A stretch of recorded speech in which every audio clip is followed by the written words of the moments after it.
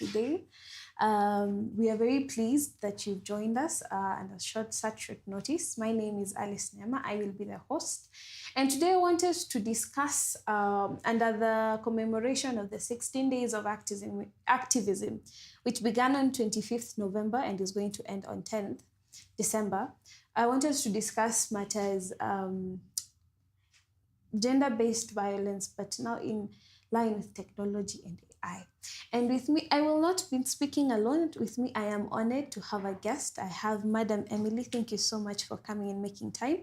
But before we start the discussion, I'll let Madam Emily introduce herself to us so that we may know who we're talking with. You know me, my name is Alice Nema.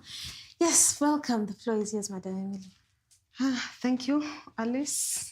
My name is Emily Mora. I work with Editon Consulting Publishing. Yeah, thank you so much. Thank you for having and making time. Now, before as we continue, I would like each and every one of us just comment down right now. What is your biggest threat? What do you think is your biggest threat you are facing on the internet today? Feel free to like, share, and subscribe, and don't feel shy to comment, right? Now, Madam Emily, Yes. as a lady, I am very shy when I decide to post anything because I'm scared someone will either take my image, take it to AI, prompt it to do some things about it. And according to a study, 65 to around 70% of the manipulated images are on women. And most of them are NCID, non-consensual, intimate images and videos that have been developed on women. And it has impact from the research that I have made, speaking from a research point of view. This is where we're talking about deep fake crisis.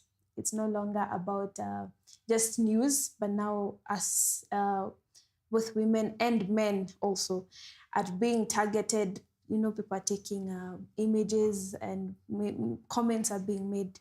So as for that ground shaker, do you have, what do you have to say about the deepfake crisis in the internet today? Yeah, thank you, Alice. That is really a good topic. Now, concerning the deep fake crisis in the internet, it is a common problem that is really affecting many, especially the women, like you've just said. Yes. And it's a crisis in the society that needs to be addressed. Women are really attacked. I'm not saying it's only women who are vulnerable to this, but I think women are major victims of the same. And the concerned authorities need to do something about it because the trend is not so good and we cannot continue the same. Very true. Something needs to be done. Yes. As I was doing my research, I came across several issues, and amongst them is let's just do that one topic in general. Is from the beginning, from the moment it begins, from the moment someone takes someone's picture, if someone is to post about it and you've seen someone's photo on it, why that person in particular? And then I came to see that most of them are being done as a method of silencing. So why don't we talk about that? Reasons why people are taking people's images or creating images using AI and making the comments they're making. What are the reasons for doing so? For one of them, I saw when they take prominent people, journalists, they're doing it to silence them. Because it is also a gender-based issue, they're doing it because of people wanting sexual images or sexual content that have become high in demand. That is just a few things I have on it. What would you have to say about it? Okay, thank you, Alice. Now, the way we know gender-based violence and women in particular being victims, I think AI is taking a different direction. Instead of now the physical abuse that we know. Yes. I think now technology is using AI to bring it in a different way or a different form. And like you have said, you'll find that majority of the victims are the prominent people, the public figures, talk of journalists, talk of leaders, political figures who are women, and that kind of a population. And so now let me not call them men, but those who are really advocates of this gender-based violence, they're taking a different direction. Yes. They're no longer doing it physically like they used to do. Now they're doing it using technology and AI in particular. You'll find this even at home in relationships, between couples, between young people who are dating, they're using it. Wow. Yeah. So initially it used to be physical abuse. It used to be verbal, but now it is taking a different direction. Okay. And some of the reasons why it is happening, it's either to silence the woman, of course, to shun her, to make her a failure. This could be in the job place, maybe to stagnate her life. Yes. Because now, to talk of the job place, she may not even be promoted because of pending reasons like those. And basically, it's malicious. Yes. It is to ensure that this woman or this girl remains down. She's finished, in quotes. She's not progressing. Yeah, she's shut somewhere in a cage, and that kind of a thing. Yeah. For the audience who have joined us, thank you for coming in. Now, as we continue in this, if AI commits a crime, this is a question to you. If AI commits a crime, who can be held responsible for it? Now, feel free to comment. Don't feel shy to share and subscribe as well. Now, as we wind up on this topic, AI is a good thing. Yeah. It is just like any other tool. It comes to make work easier. But now, just as we have said, people are using AI for different things. As the world itself is moving to technology, so it's everything else. When it comes to gender-based violence, the same is happening. They're using AI and technology. And we've also, I also found out that just as during the past, there were a lot of illicit content being high on demand, the same thing is happening right now. And I think something that also a lot of people are becoming to be aware of this, it was actually done in a meeting I held in. We've normalized exposing our lives on social media. So it becomes to a point that now even images of children that we are posting are being used against them. Someone will take them, do graphic things on them, and you might not know about it. So as we continue, I asked myself, okay, here's the problem, here's what we found out. Now, what is the solution about it? And this is why I'm asking you, who should be held responsible for an AI-made crime, committed crime? Amongst them, according to the research that I have seen, and also I think was something that is ethical, is ethics. If you see someone's picture, before sharing it or before exposing it, ask yourself, is it kind? You know, if you've seen an image of someone, whether they're in hospital and you just want to share, ask yourself, is it truthful? So it is also important that you verify and that you fact check it. Number 3, I also saw matters on what is the impact. What is the impact of me sending this video? What is the impact of me sending this image? Do you have anything to say about this side of the topic? Thank you, Alice, again. Yeah, I have something to say about that. You know, today people are living their life on social media, which some people, of course, some people like it. Yes. They get satisfaction out of it. And so there are those who don't like it. But personally, I'm going to give my opinion regarding the same. Social media is not somewhere or a platform where you want to, you know, give every detail of your life. Yes. Unless it is very necessary. especially now when you are exposing, especially your children, if you're a family and you have children, or young people, the minors, unless it is very necessary, please live your life a private life. Do not expose so much onto social media, because it comes a time, from what I've seen previously, it comes a time now when things take a different direction, and you have nowhere to hide your face. Your reputation is at stake. You know, you find yourself now crumbling. You don't know where to go. You don't want to face people. A lot of regrets come in. Yes. Sometimes you find yourself now even depressed, emotional issues, health issues come in, you know, and some people have died out of it. Yes. We have lost people who have died out of, what is it called? Social media, I'm lacking the right word. Okay, from what I have friends, actually, not friends, I have people my age who perished and who actually committed suicide. They climbed up the ladder in social media, influencing, then something happened, and then they came trembling down. So I think that's what you're trying to... Yeah, exactly. Yeah, so if you can live your life a private life, it will really be of good help to you. I know we cannot avoid social media and technology because of the world we are in, but then if we have to go to social media, let it be very necessary. Yeah, don't take your private life there. That is a warning to all of us. And I saw this topic when it comes to social media. Personally, I would love to be an influencer myself.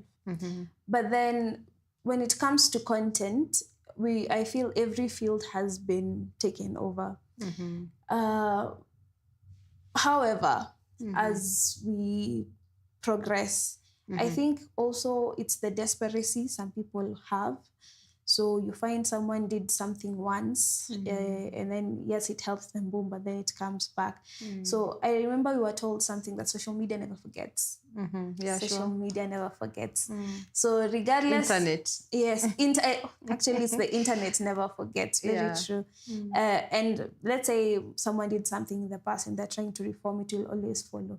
So to our viewers, my question is still the same. If AI commits a crime, who can be responsible for it?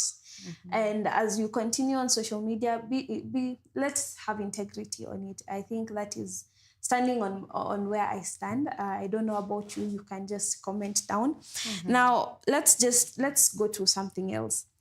There's a story that has been written, an article I read on Nax Today website. You go follow it.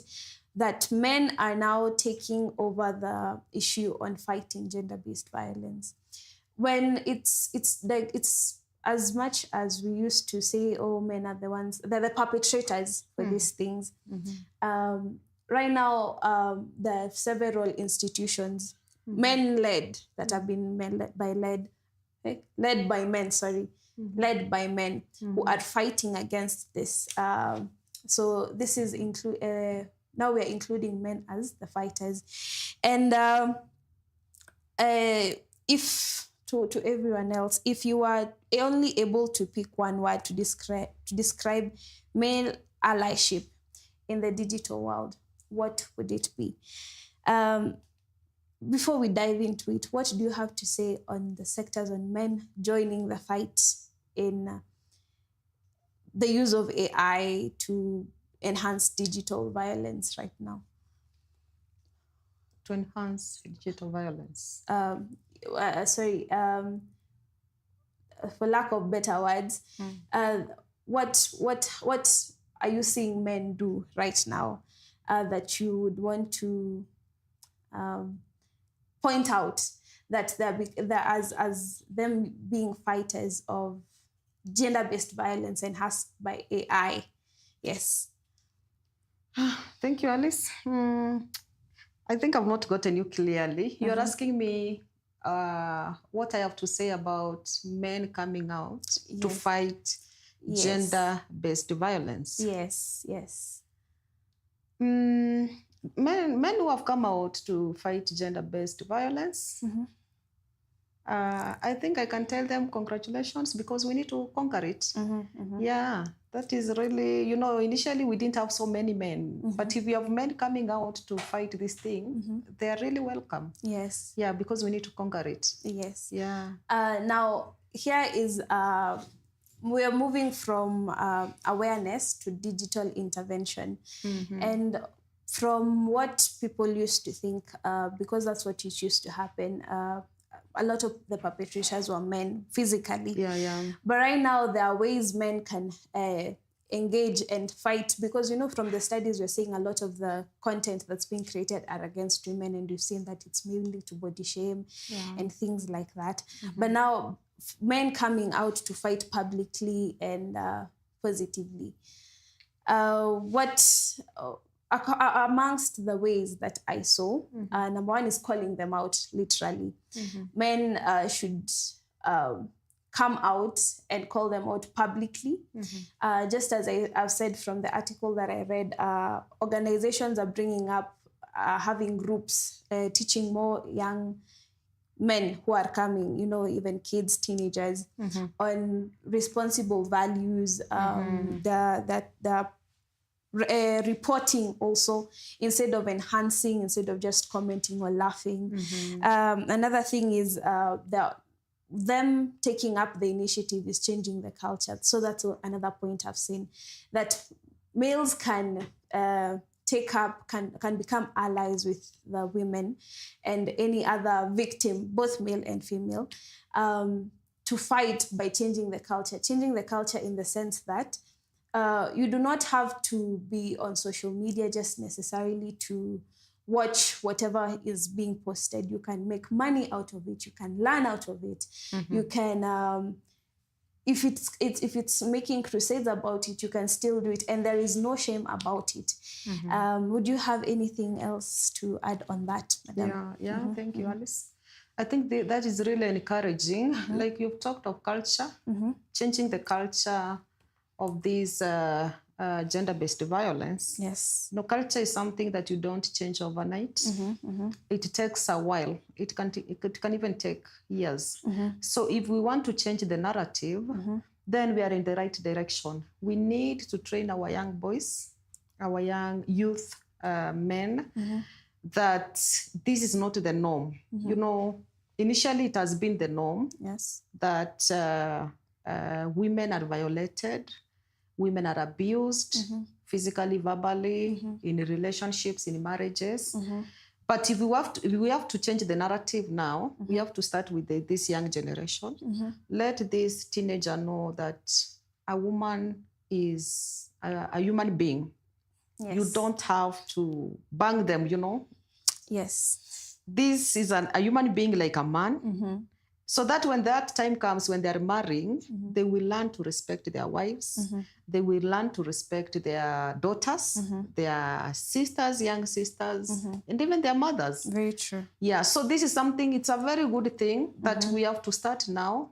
Teach it to our young men, teach it to our young boys, so that they grow with it. Yes. And also, you know, our culture is passed to the next generation. So if we have to start with this young generation, definitely they will pass it to the next generation, and the trend will continue, and we will have eliminated gender-based violence, or at least curbed it to some extent, so that in future generations, in the future society, we will not be talking of gender-based violence. Very true. Yeah, so the society has that initiative or the responsibility of making sure that now our young boys, our young men are brought up respecting women and valuing women. They also need to know that now the woman of today is not the woman of the 20th century. Yes. The woman of today is an empowered woman. The woman of today, they are breadwinners. Yes. Just like men. You know, initially the men were the breadwinners in the past generations. But today's women, they are equally breadwinners with their husbands or in their homes. And in some cases, we have women who are breadwinners, They are feeding even the husband in the family in some cases. Yes. So we have to change our mindset where the woman was the housewife. She was, there to nurture the young ones, cook, do home chores and things like that. Today's woman goes out to work from 8 to 5, just like the man does. So you cannot expect the man that expected I will find my wife home. She will have cooked for me, take care of my children, warm my water to bathe and that kind of a thing. That mindset has to change. Yes. That is not the woman of today. Because if we grow our men with that kind of that mindset, then there's going to be a conflict. Because this woman will come at 5 tired like this man. Yes. And if you are the man, you are expecting her to do what maybe your mother was doing to your father, it is not going to work. Very true. And that is when now you find families breaking. That is why if you look at statistics today, we have a lot of divorce cases and separation cases as compared to previous generations. I think it is this misunderstanding that men are so expectant of this woman and they have not realized that this woman is not the woman of 1990s, 1980s. Yeah, so I think the society needs to do something to make the man understand that things have changed. Now we are, I don't want to say 50-50. Yes. It's not about equality. It's not about equality. It's about equity. Equity. Yes. That is the right word. So that the man can also understand that. The woman can understand her roles. The man understand his roles. And by the end of the day, we have a happy family. Yes, that is what I can say. Oh, that is lovely. Thank you for that. Let's sit down and see that these are platforms being used. Yes. And from the research I've also done, I've seen the reason why, as much as we are speaking against it, it's not the first time we've had activism issues. Just the other day, South Africa were having a purple movement against gender-based violence, where it was a really wide move.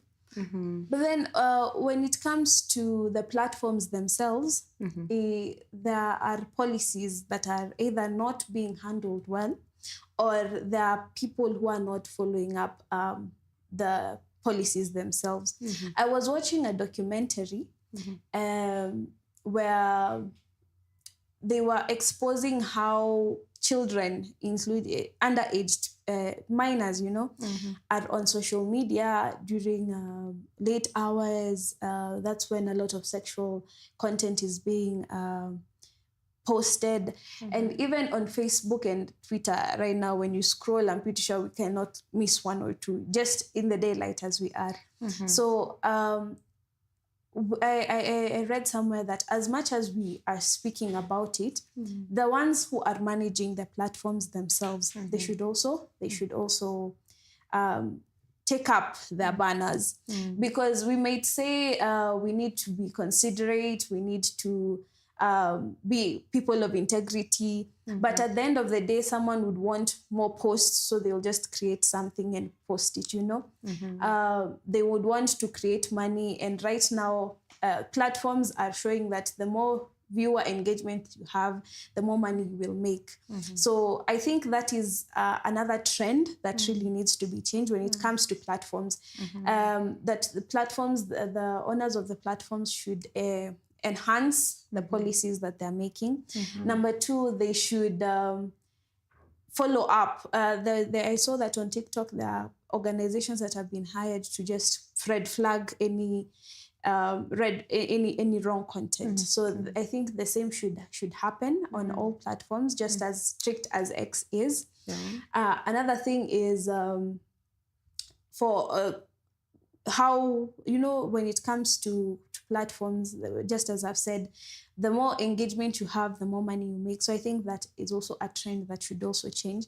But it begins from grassroots movement, it begins from, just as you've said, men sitting down with younger men, women sitting down with younger women, us sensitizing ourselves that at the end of the day, it has effects. And as we go on to another topic, a lot of people are not speaking about it, mostly because of the comments. There are very few people who are coming out and saying that this is what it has cost. So would you have anything to say on anyone who has undergone any form of gender-based violence from technology? Any word of advice you would have before we go to practical safety and regulatory issues? Okay, thank you, Alice. What I can say to those who have been victimized is, first, I would want to say prevent. I know they are already victims, but for those who have not been there, please avoid it as much as you can. And of course, that is by minimizing what you post on social media about your private life. And for those who have fallen victims of the same, speak it out. Once you feel it has affected you, come out, seek help. Do not drown there in stress or depression. Seek help from professional counselors. We have professional counselors. Go to them, tell them this happened to me, and this is how I feel. I'm sure they will be able to help you. Speak to a friend about it. They can be of help. Speak to anyone who you feel they can give a word of encouragement or advice. And also, if it's about body shaming, because I know that is the common one, believe in yourself. As a Christian, the Bible says that we are wonderfully and fearfully made, and we are not the same. We have those who call those who are called the plus size. We have those who are called petites, and the words we use, we know them. Yes. So love yourself as you are. Once you have accepted yourself, I'm sure no one will put you down. Yes. Yeah, regardless of what anyone is going to say, if you have that conviction from within, no one is going to put you down. So first, start by loving yourself. But if it has to come to that point where you now feel this has really affected me, I feel bad about it, then seek for help. Do not withdraw. Let me say so, because I've seen people withdraw, people drown into depression, and some people die out of it. Some people lose their careers, people lose their families. You lose yourself, Yeah, don't go to that extent, please. Just speak to a counselor, speak to someone who can help you. Yeah, but have that conviction that no one is going to put you down. Very true. Yeah. So as long as you can know your self-love from within, or you trust yourself, your self-esteem is okay, kufika that level itakuwa ngumu. Yeah, thank you. Thank you. Now, let's go to practical security measures and reporting. Let's first start with reporting. I hope you're still liking, sharing. I can see some comments. We are going to go to them in just a few.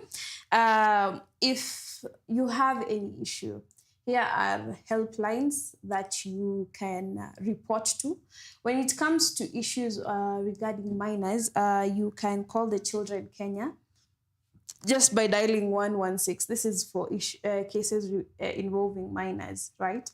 Another one is for gender-based violence. You can dial 1195. These are national helplines which you can dial when you have any issue. I'm pretty sure you can also report to the DCI crime unit, which will lead to a lot of investigations, which is very good.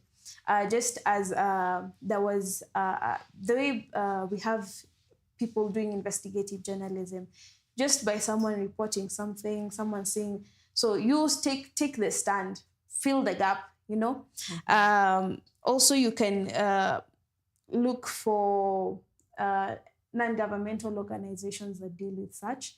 I'm pretty sure there are very many.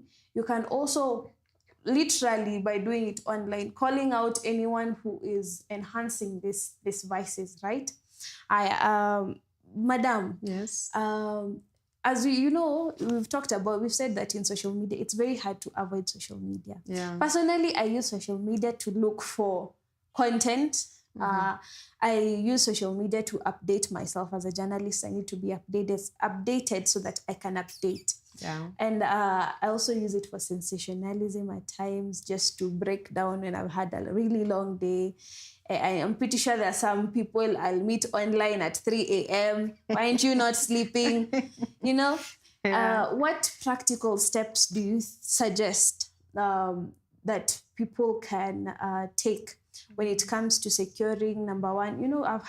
I've had people being hacked, and then people using the hacked person, the one who's hacking, takes their images and now starts sending things, people thinking it's that person, right?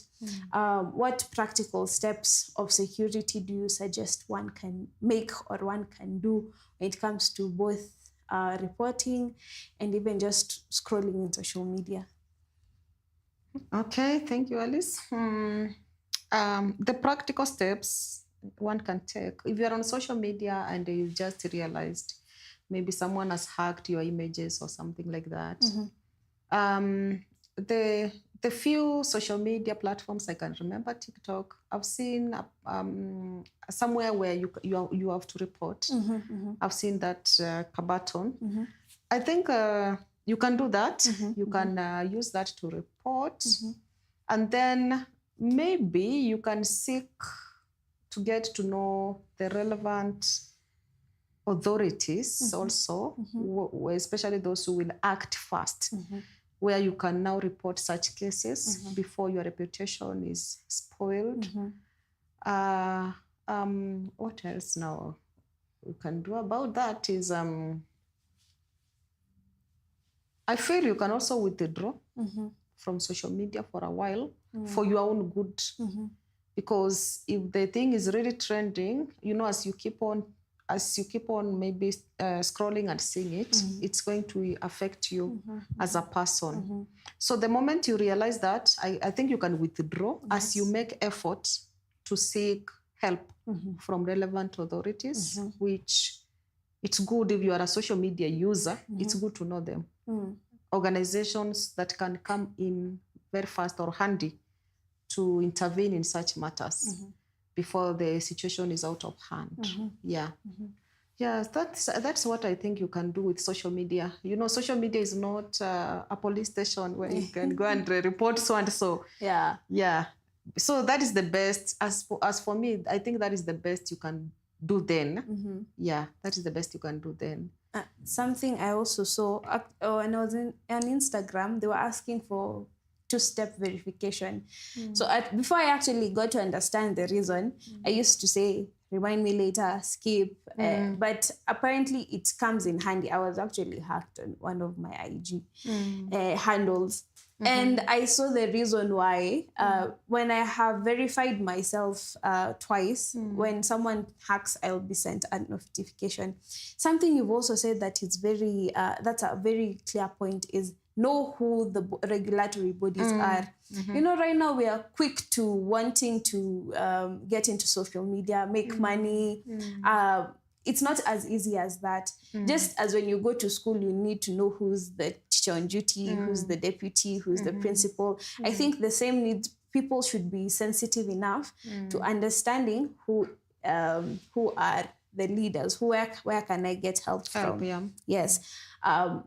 When you talk about strong passwords, it is okay to have strong passwords, but then we have this tech guys. So have two-step verification.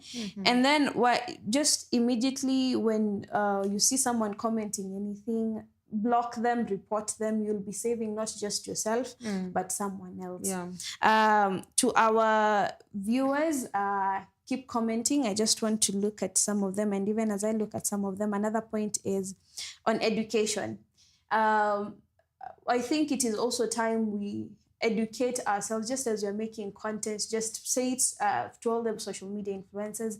Just mention the necessity of all of this. Just mention that this and this is happening, this and this can go wrong. So let me just go to our YouTube page. there I can see, yeah. So Pendo Setim says she's following, and AI is a powerful tool, but individuals remain accountable for how it is used. The blame rests with human choices, not the technology itself. That is on YouTube. For the ones who are still following on YouTube, feel free to like, share, and subscribe. Thank you to everyone who is following. Now on TikTok, let me just go through this. Madam, even as I look for what people have said about it, what is your closing remarks on the entire topic at large? My closing remarks are AI, gender-based violence. I want to agree with one of our those who are following us on YouTube. They have said responsibility remains with an individual. I don't want to blame the individual entirely, Yes. but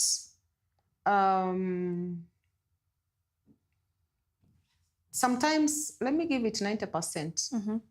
We are responsible for our lives. By the time someone is now, attacking you on social media, you have given them that leeway. It is you who has opened that door. Kwa sababu kama it is about body shaming and all that, where did they get all the images and all that? It is you. Good question. Yes. So the first step is prevention. Like I started, when we started our discussion, I said, use social media when necessary and responsibly. Responsibly. Don't just, put everything on social media about your life, about your family, about your achievements. Sometimes I get shocked. People are even ladies. This thing is about mostly ladies. Someone is there with their empty pregnant belly. Have you seen that? Yes. They're calling it baby showers and something like that, So it is you is giving them this information, either in form of pictures, in form of whatever you are giving them. So if you can avoid it, please avoid it. I know we cannot avoid technology. We cannot avoid social media. We need it because we are looking at the negative side, but there is the positive side. Yes. Which most of the time it is overweighing the negative side. But use it responsibly. Use it when necessary. Use it to benefit yourself, but responsibly. So the first step is to avoid, prevent. And the second step now is, if it happens, seek help, like I said. Seek help, and also as you use social media, as you use internet, get to know relevant authorities or regulatory bodies that can help you. Just like Alice said, kuna numbers yamepeana hapo. You can dial this, we have emergency numbers in normal life. Also take that initiative, get to know that this social media can turn against me. Yes. If this happens, how can I get help? So that you get to be equipped with the relevant authorities that can intervene just in case you happen to be a victim. Yes, that is what basically I can say. Let us use social media and technology responsibly. Let us pass the right values to our young generation. I've realized the young generation today, their technology, their technology, to them, life is more of technology. We don't want to pull them to the past generations where technology was not a factor in the picture. We want them to enjoy this technology, but let us give them the right values on how to use technology. Let them know how to use technology to benefit themselves and also to build their lives instead of destroying their lives. Thank you. Yeah, so those are my closing remarks. Yeah, thank you so much. Thank you so very much. Yeah. I will repeat the reporting channels that you can use. We have for any gender-based violence issue, you can dial 1195. When it comes to minors and children-based issues, you can dial 116. Of course, you can report the issues to DCI. You can report the issues to the platforms themselves, because you've said that all of these things are happening on platforms. There are there are non-governmental organizations such as Equality Now Africa. We also have Center for Rights, Education and Awareness. You can also feel free to reach out to a friend, reach out to someone who you know will help. You know, the first-hand immediate help. Thank you so much for following. Thank you so much for liking. Those who are still commenting, please feel free to comment. The conversation still goes on even on our TikTok channel, on our TikTok, on all our social media platforms. It's Nax Today. Thank you so much. Have a lovely time. I have been your host, Alice Nema. Thank you, Madam, for also making time. Thank you so much. Have a lovely time. Be responsible and write down what do you endeavor, as a person. What is your digital pledge? Your digital pledge, personally, I pledge to be responsible when it comes to posting social media, because eventually I will post. What about you? Enhance the digital pledge. Have a lovely time. Thank you for watching.